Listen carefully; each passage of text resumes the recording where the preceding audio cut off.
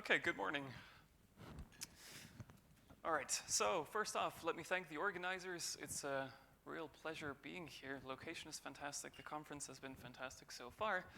So today I'll talk about the first forbidden transitions in the reactor, antineutrino flux, and spectral anomalies. So just as a brief overview, I'll just give a quick introduction, talk about the current experimental status, the theory status, looking forward, and what we can conclude so far. So since this is the first talk properly on the reactor antineutrino anomaly, I'll take some time to actually go through this. So I usually start these things in three different ways. So the big where, what, and how. So the first thing, where is the anomaly? What do we actually care about? So there's antineutrinos coming from the beta minus decay of reactor fission fragments. Right? So we have nuclear power reactors. They get their energy from fission of mainly 4 isotopes, 2 uraniums, 2 plutoniums, and all of the daughter isotopes are neutron rich, so they have a bunch of beta minus branches. Right? So what actually happened? We can now start thinking about this in the past decade. So in 2011, the measured number of antineutrinos was actually less than what we predicted from beta decay based on the electron spectrum. A few years after that, the situation became more complicated, and we had an unexplained spectral distortion with respect to theory, the so-called bump. And we'll talk about both of these. Now, of course, the million-dollar question is, how should we interpret this? Right? So either it's a prediction error, either in the mean value or in the uncertainty, or it's sterile neutrinos, or it's something else. Right? So let me just go over this. I have this silly quote, when new physics lurks, look out for quarks, because there certainly are some.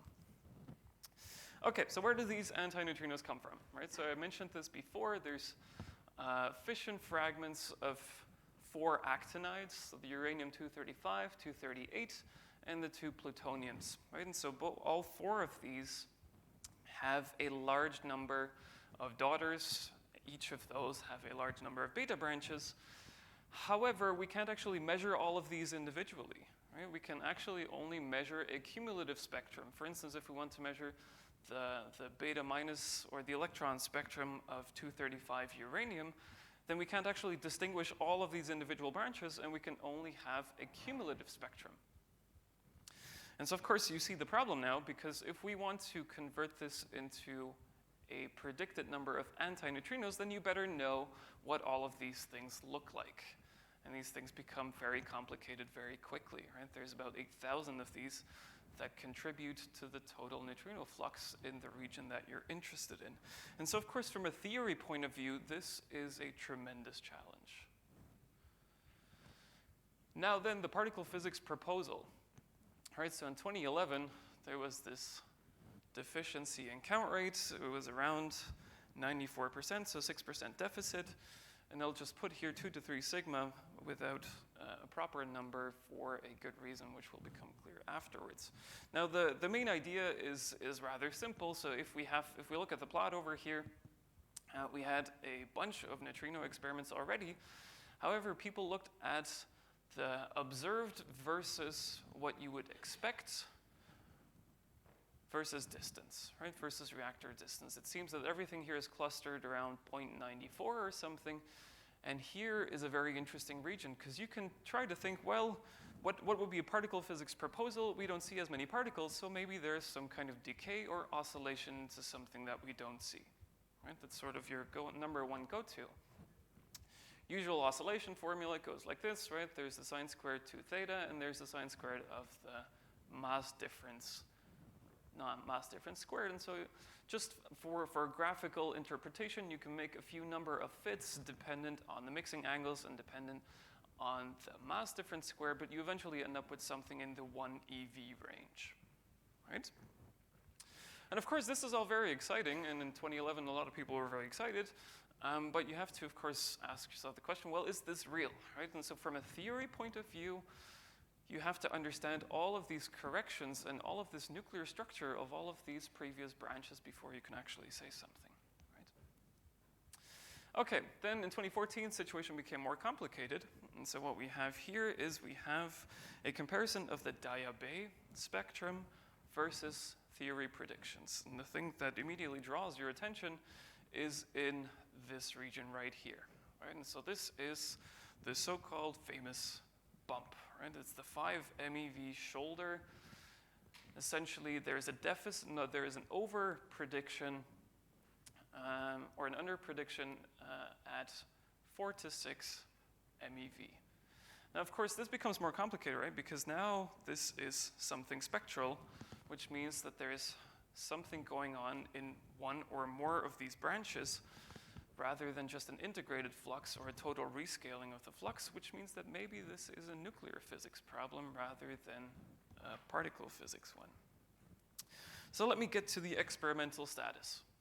Right? So in 2011, about 10 experiments started setting up. And so what is the idea? You want to go to very, very short baselines, because you, instead of having to rely on theoretical predictions, you just want to cut out the middleman and just measure the oscillation directly, right? So you will go to less than 10 meters away from a nuclear reactor core, and you will try to measure the oscillation directly, either through segmented detectors or through moving the detector itself over a range of a few meters and see if you actually see an oscillation. And the exciting thing is, several of these experiments came online like 1 or 2 years ago, and we have published data from at least 4 experiments, right? So NEOS in Korea, there's the DANCE experiment in Russia, Stereo in France, and Prospect in the USA. And all of these are extremely exciting, and there's more coming. So let me just give you a brief overview. I absolutely love this picture. I am not endorsed by the DANCE collaboration, but I always show it just because it's a fantastic picture. I love it. This is a detector which moves up and down, whereas most of the other ones are segmented. Now, what comes out of these things? Right? So here you see an exclusion plot. This is from the DANCE collaboration, together with the point which you should be most interested in is this thing. The star over there in the upper right corner, this was the benchmark go-to place in 2011. This was the best fit value for the reactor antineutrino anomaly. And what we see now is that the DANCE experiment has exclusion curves which go already beyond this point. Same thing for the Prospect collaboration, where the best fit value is over here. Same thing for the Stereo collaboration, where it's over here. And I was told that there is going to be, or that there is new data. So please look forward to Elena Almazan's talk on Friday. I know I will. Okay, so just to give you an overview of the last decade of reactor antineutrinos, right? We had some interesting developments, I think that's fair to say. So in 2011, the flux anomaly, right? And so, of course, the question is, are there sterile neutrinos? 2014 situation became a bit more muddled, a bit more complicated, and we had this appearance of this 5 MeV bump. A few years later, several of these very short baseline experiments come online. However, they don't actually see anything consistent with the original proposal, right? The reactor antineutrino anomaly best fit value is excluded by several sigma by each of these experiments. Something that I don't have the time to talk about, but it's an interesting point, is that in 2017, also several of these experiments saw fuel dependencies in these spectra, right? So depending on the ratio of U235 or 238, some experiments found that the bump changed in magnitude or size. Now, if I look at these things, then I would conclude that maybe we have deficiencies either in nuclear databases or in the theoretical modeling of these things. And so I will just give a summary of the theory status right now. And so, of course, as a theorist, you have to ask yourself, well, experiment sees no steriles, so what happened? And then, of course, you will start apologizing and say, but nuclear beta decay is really complicated. Please don't shoot me. All right, so what I have here is just a very simple histogram of all of the different branches which contribute to the flux versus, for instance, the degree of forbiddenness. Right? And so essentially the main point that you have to remember there is the more forbidden it is, the more complicated it becomes, because the more you depend on nuclear structure. Right? Couple that with strong deformations in the regions of these fission fragments, and you have a very nice cocktail of interesting nuclear physics, but which makes it a lot harder to actually make precise predictions. Combine this with additional effects, like you have atomic screening corrections, just electrostatic corrections, kinematic corrections, yada, yada, yada. And so, of course, we can only do our best and try to convert all of these 8,000 branches per actinide, right?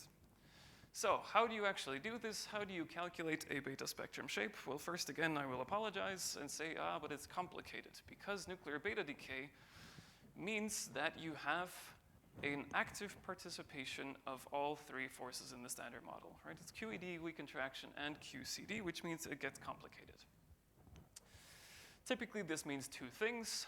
One, your beta particle interacts electromagnetically, right? Like you have an electron coming out in the potential of an electrostatic daughter potential.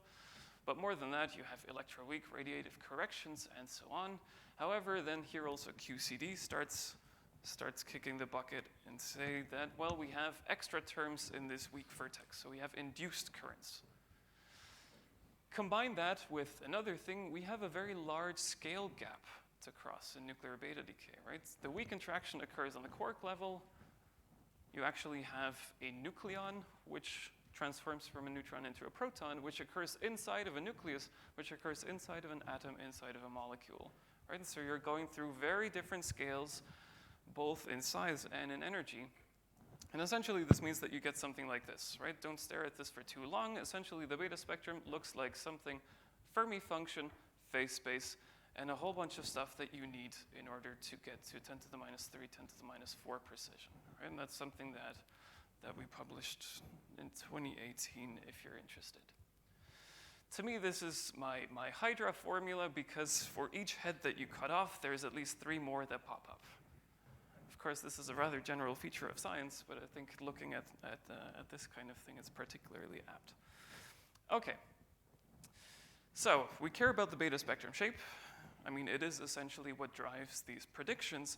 And so you want to know, how well do we know these things? And here I just singled out the important terms, phase space, Fermi function, and this C, which due to beta decay being an old field is called the shape factor.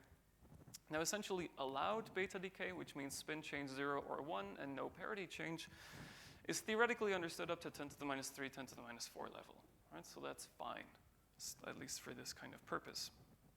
And so you can look at all of these different terms, and you see some of them are at the few percent level, some of them are at the few 10 to the minus 3 level, but the point is you can calculate these things, right?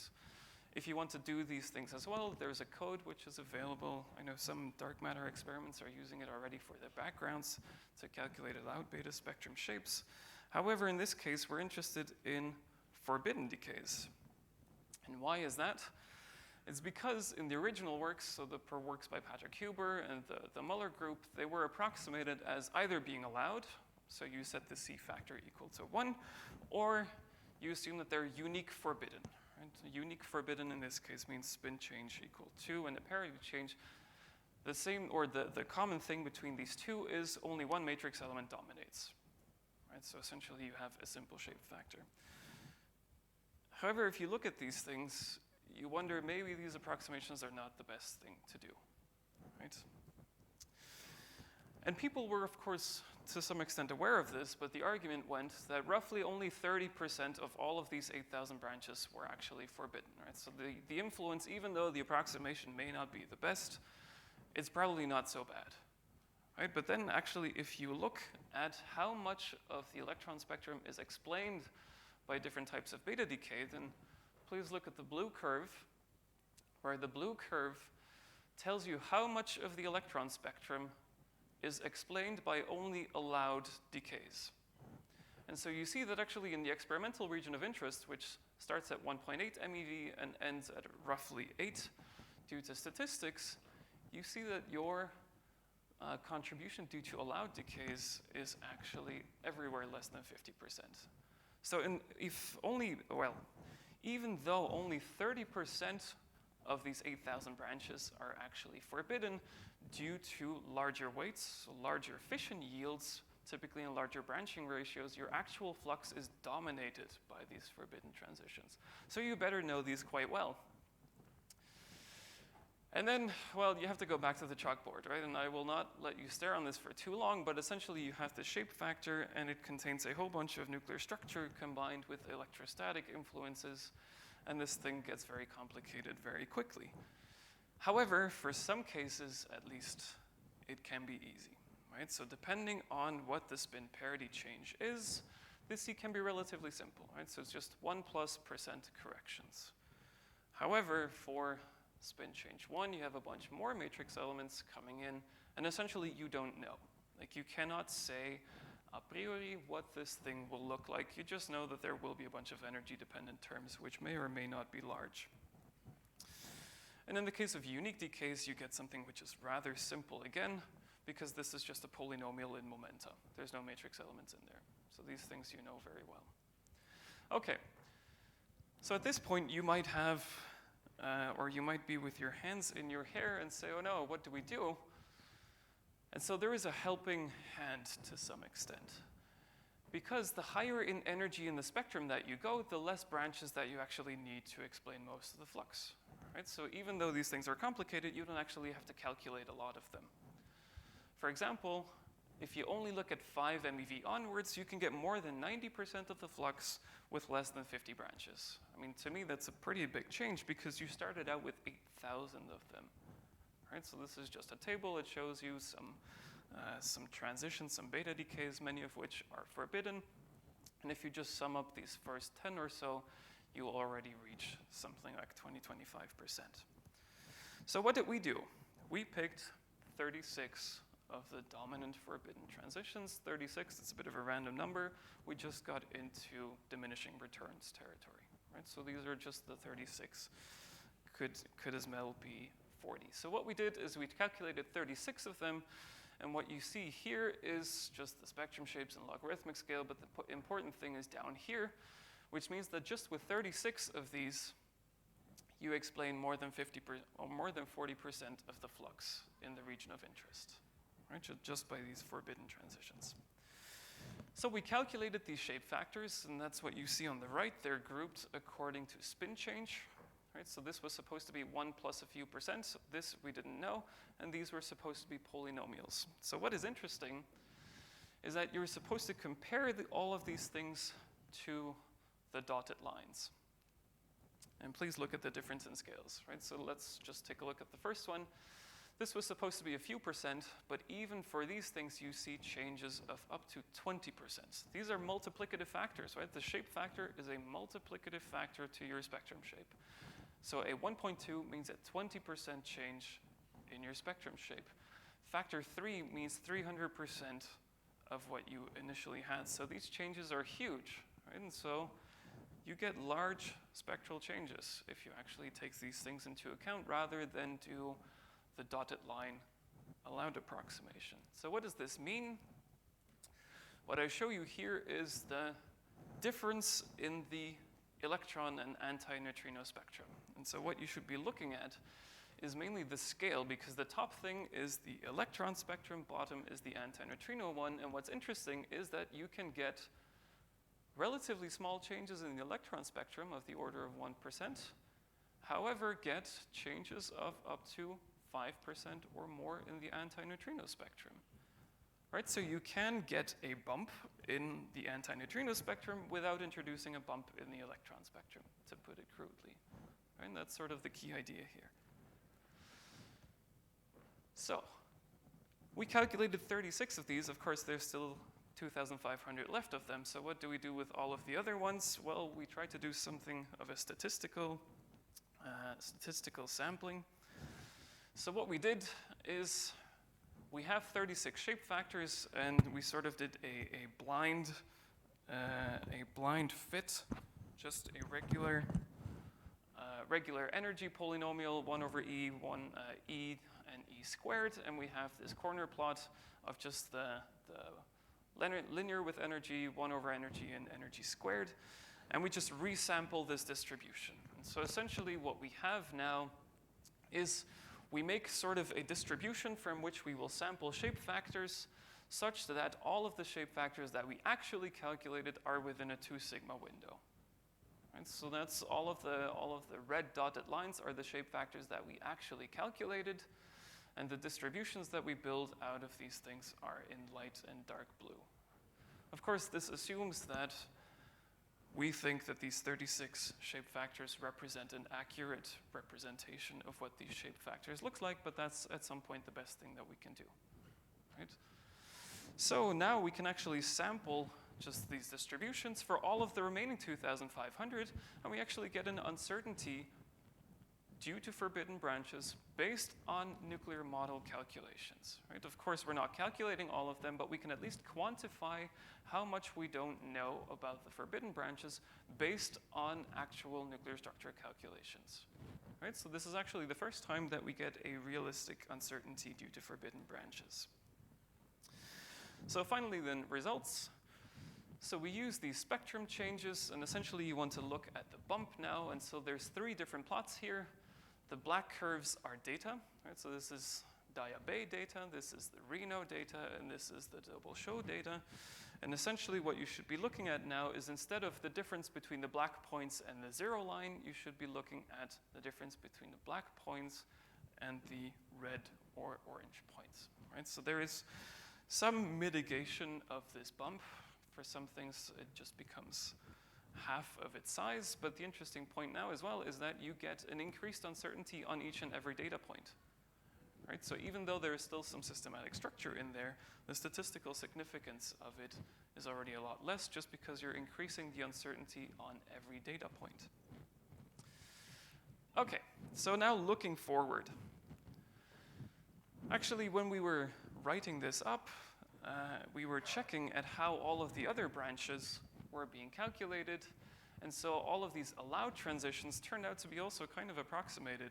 And so I won't actually go into the details, but there's a few reasons why we think that there actually might be some spectral changes for all of these allowed transitions as well, due to some QCD elements not being included, and using an average value for a matrix element, even though that not all branches have equal weight, right? So even though you might have a nice Gaussian average of a matrix element, if the branch on one end of the Gaussian contributes 10 times more than the one in the middle, then it's not a very good idea to use an average value. Now, the key idea here is that the reactor antineutrino IBD flux, right, so essentially what experiments measure, is inversely proportional to the average slope of the electron spectrum, right? So if you increase the slope, then you will remove the anomaly, right? That was already in 2011, that was already known. However, now the interesting thing is this bump that you get from comparison to forbidden decays actually is proportional to the average slope of your allowed decays. So if I have a good reason to increase the slope of allowed decays, then I can have both a decrease in the predicted flux and an increase in the size of my bump, and that's essentially what you see on the next plot. This is just a proof of concept, but now you should be looking at the red and orange points again, where the red points are the current situation, and the orange points are what the situation would be if there is a good reason to increase the slope of these allowed shapes. And so essentially with this value, you increase or you remove the flux anomaly completely, and this solves the bump at the same time, right? So if this is just a proof of concept, you actually need to do these calculations, which is something that we would like to do. But this is maybe a good hunch that we're onto something here. Something else that I would just like to finish on is last April we were in Vienna at the International Atomic Energy Agency, and we had a meeting with essentially delegates of all the major experiments. So Diabay, Double Show, Juno, etc. Everyone was sort of represented, and we had a number of theorists there. And there was a summary of this technical meeting that came out, right? This is essentially sort of a roadmap for the next 10 years or so, or what we think of the current situation. And I would just like to highlight one thing. This is just a screenshot of the document. You can find it with the document number if you would like to. But essentially, Several publications since 2011 have pointed out that the total uncertainties were significantly underestimated. And I would just like to say this is a consensus between all of the major experiments and theorists. Right? This is not something that I'm just saying, but I would just like to point this out in terms of sterile neutrino fits and so on. Another thing is that, of course, we have these theory results, and we would definitely like to validate them, right? So there's plans for several measurements by different groups to actually measure beta decay spectra to actually try and see, well, the shape factors that we calculated, are they actually matching up with what nature is giving up, or what nature is giving us? Some of these have, of course, already been cross-checked. But so this is a kind invitation to the community as well. If you want to measure some beta spectra, then pick a few of this list, and you can have, if you have a setup lying around, then this is a relatively nice but high-impact thing that you can do. So please. Which brings me to my conclusion. So what we started with is that first forbidden transitions were actually shown to be dominant in the region of interest. We can actually make strong progress, right? Because we only have to care about a limited number of transitions once we go high enough in the energy. If you want to explain the bump, then you only have to care about, let's say, 30 branches, which is doable, right? It's not crawl under your bed. Shell model showed that we have quite strong deviations compared to the allowed approximations, and so people are planning spectrum shape measurements. We have, for the first time, actually modeled a proper uncertainty due to forbidden beta decays using Monte Carlo techniques. The reactor bump is mitigated, but at least we have an increased uncertainty, which also weakens the anomaly. And finally, a reanalysis of these allowed transitions could maybe solve both the flux and the bump at the same time. And with that, I would like to thank you very much.